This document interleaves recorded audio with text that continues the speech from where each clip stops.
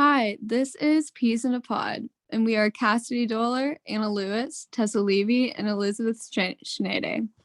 We are bringing you Friendship Wars. And so we're doing our project over Bride Wars. And so here's a brief summary. It is about two best friends, and their names are Emma and Liv. And they've been dreaming of their weddings their whole life, and they're also childhood best friends. When it comes time to finally plan their wedding, they have a wedding planner, and their wedding planner's assistant accidentally scheduled them on the same day. They're unable to find a solution due to neither bride wanting to change her date, and so a bride ward commences. So what was the conflict about? Conflict is defined as an expressed struggle between at least two parties who perceive incompatible goals, scarce resources, and interference from others in achieving their goals. And we're going to deconstruct this definition and apply it to Bride Wars. And so meet the two parties, Liv Lerner and Emma Allen. These are our two brides. And so they experience a lot of interference from others in achieving their goals. There's interference from Marion, the wedding planner, her assistant, and the third bride. So Marion's assistant accidentally scheduled Liv and Emma on the same day to be married. Originally, Emma was supposed to be married on June 27th, and Liv was supposed to be married on June 6th. However, the assistant messed up and scheduled them both on June 6th and a different bride on June 27th. First, they attempted to negotiate with the bride who was scheduled on June 27th, but however, she declined to change her date. And so even though it was not her fault, Liv and Emma both created interference for each other from achieving their goal. They each had the same topic goal, which is that they both wanted to be married on June 6th. And so they had a few incompatible goals and scarce resources. They each had the same topic goal, which is that they both wanted to be married on June 6th at the plaza. They're unable to be each other's maid of honor if they're going to be married on the same day at the same time. And Emma's relational goal is that she wanted to be treated as an equal to Liv. And so the conflict was truly expressed when Liv and Emma realized that one of them needed to change their date. The problem is that the only future available date in June was 3 years away, and neither bride wanted to get married in 3 years. And so they decided that one of them needed to be flexible. And due to the lack of a resolution, they decided to cease communication with each other until one bride decided to change her date. And when one bride decides, they will communicate when they've decided so. How did Liv and Emma manage their conflict? We're going to look at the 4 horsemen of the apocalypse, and we're going to start with the critical startup. The first moments of a conflict interaction, the critical startup, can set the scene for a constructive or destructive conflict. The scene was set for a destructive conflict to occur when Emma and Liv were unable to convince the other bride to change her date. This led them to decide that one of them needs to be flexible. Next is stonewalling. By the end of their conversation, they each end up not wanting to speak anymore. They engage in stonewalling techniques such as concealing what they are thinking and feeling, having frozen facial expressions, and refusing to engage. The issue remains an open wound with lingering resentment and ongoing stress by not making a decision when the conflict began.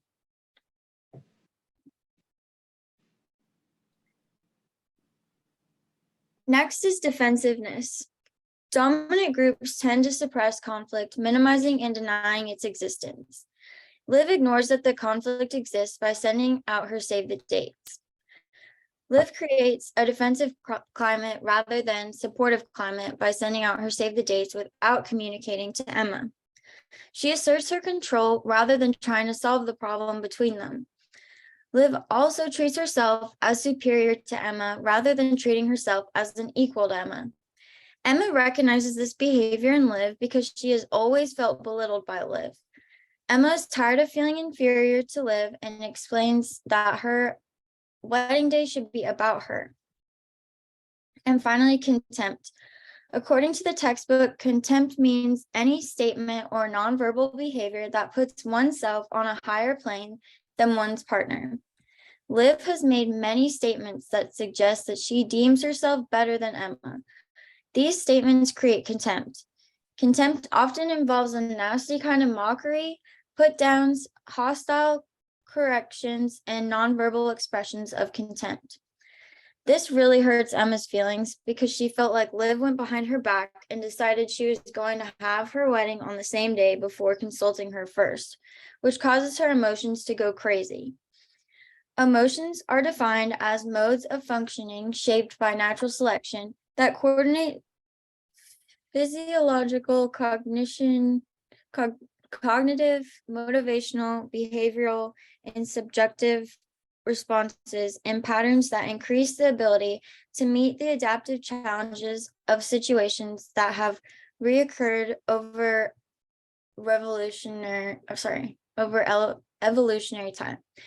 Emotions are something that cannot be easily ignored. They take up your time, affect your behavior, and even our bodies. So moving on to avoidance spirals and flight patterns. So Liv decides to send her save the dates out without speaking to Emma first. When Emma finds out, she decides to send out her own save the date by email, excluding Liv from the invite list. After this, Emma still decides to go to Liv's bridal shower. At the shower, Liv confronts Emma about her save the date email. She attempts to make Emma change her wedding date, but Emma refuses. After this, they start threatening each other by saying things like, "You should watch your back," or "Your wedding will be huge, just like your ass at prom." Liv ends the conversation by saying, "We're done," signaling that their friendship is over and they will no longer be communicating with one another. By not speaking to each other after this, they are both engaging in avoidance.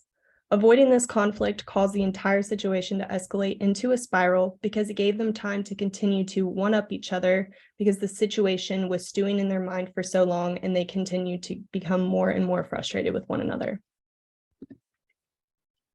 So part 2 of avoidance spirals. Avoidance spirals entail less direct interaction, so all the revenge was behind each other's backs instead of directly to their face. Active avoidance of the other party since they weren't speaking. Reduction of dependence since they were no longer best friends and couldn't rely on one another for emotional support. Harboring resentment or disappointment, so instead of talking the conflict out, they ignored each other's feelings and went behind each other's backs to try and ruin the other's chances of having their wedding, which turned into resentment and caused them to engage in revenge. And lastly, complain to the third party about the other party since Liv and Emma share the same friends. Both of them would trash the other one to their friends and family to make themselves look better in the situation and feel as if the revenge was inflicted on the revenge inflicted on one another was well deserved. And moving on to escalatory spirals, here's a quick example clip from the movie. Isn't that bad, Hutch? And you didn't think it was that bad. Oh, well, honey, Filch is your fiance. He probably told you had nice hair, too. This wedding stuff is not a walk in the park. For sure. I'm surprised. Oh, I'm surprised I haven't been, sent into my therapist's office. That's what I've heard. TUFF. I heard my phone the other day talking to the guy who's messed up my centerpiece. Oh, God. It was unbelievable. It's like one thing after another. Yeah. Snowballs. Listen, can I get a little bit more low light? Yeah, especially right here. Hold that thought, sweetie. I'm going to get your color, okay? For goodness sakes, not so. They're gold base. I'm gonna rate them for me. I will take it and I'll keep waiting.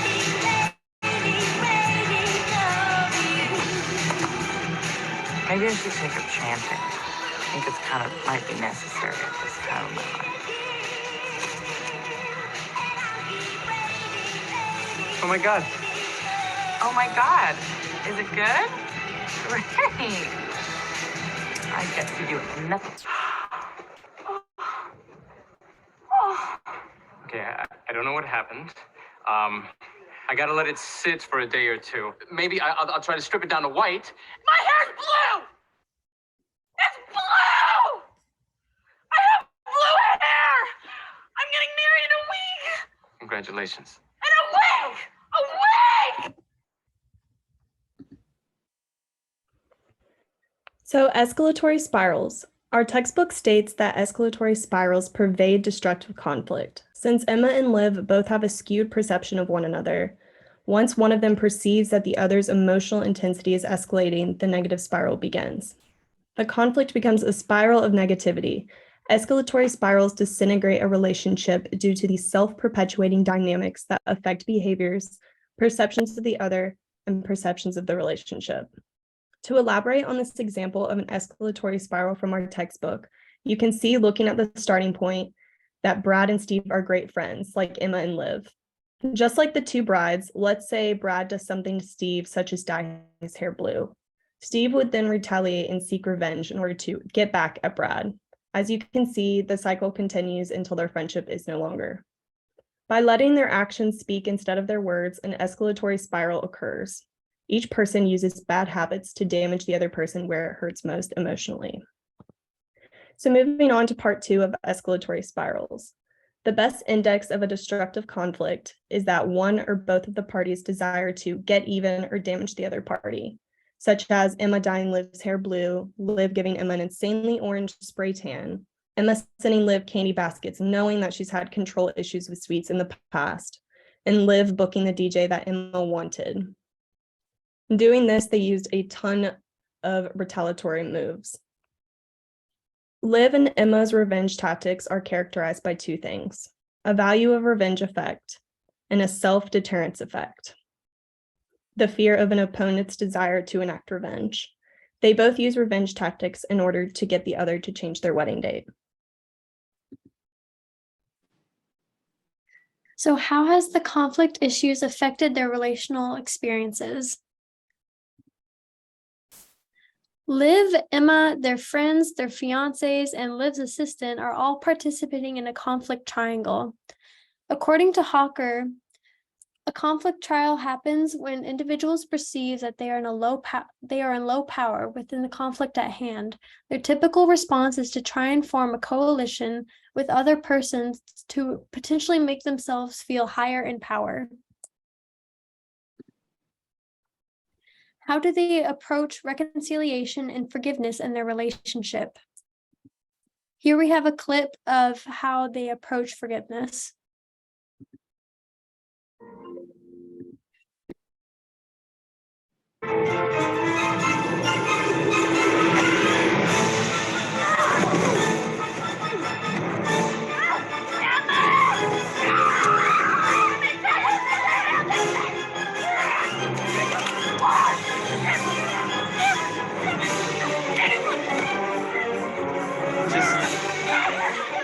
Let him go.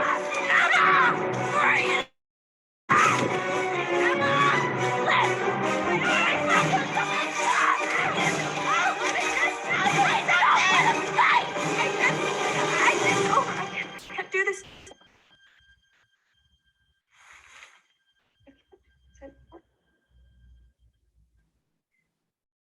Oh.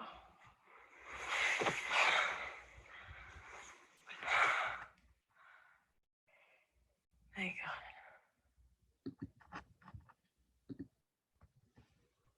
According to an article by Anthony and Sheldon, there are 4 strategies for communicating forgiveness: the conditional strategy, the minimizing strategy, discussion-based approach, and the explicit approach. The conditional strategy means that each partner will change a behavior in exchange for the other partner changing a behavior. The minimizing strategy means that 2 partners minimize the severity of the conflict. The discussion-based approach is when each partner talks through the conflict with each other in order to forgive. Lastly, the explicit strategy is when each partner simply gives statements of forgiveness. Liv and Emma both used the explicit strategy because they were exhausted by their destructive conflict and wanted it to be over. Emma and Liv began their interpersonal conflict resolution process because of their mutual interests to come back together after being separated by serious conflict. Reconciliation and forgiveness present a moral framework for conflict resolution that emphasizes the inherent worth of self and others by working to resolve differences and promote healing between conversation partners. At the end of the day, forgiveness is said to be a critical component of successful interpersonal relationships, as well as mental and physical health. Emma and Liv made up the anxiety they had during their intense arguments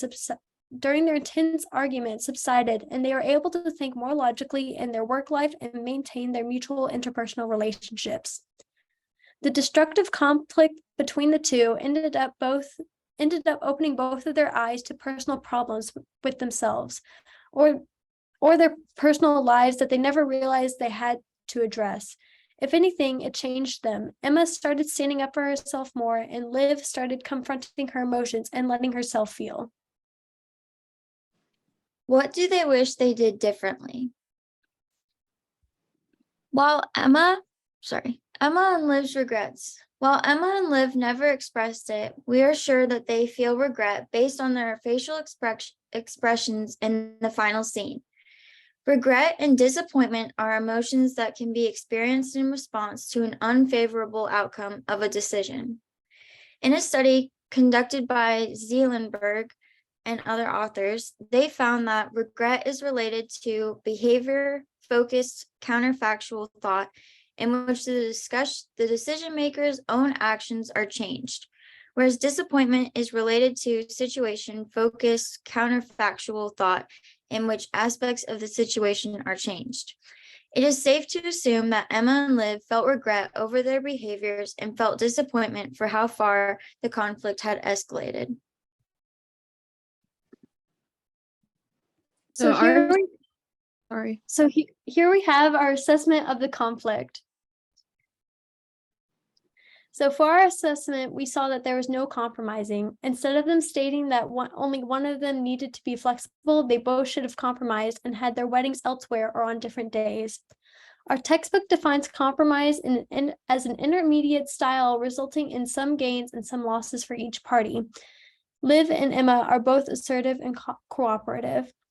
It's predicted that individuals would report that most relational aggression with acquaintances, given that most individuals are likely to use constructive conflict resolution strategies such as compromise with those they are closer to.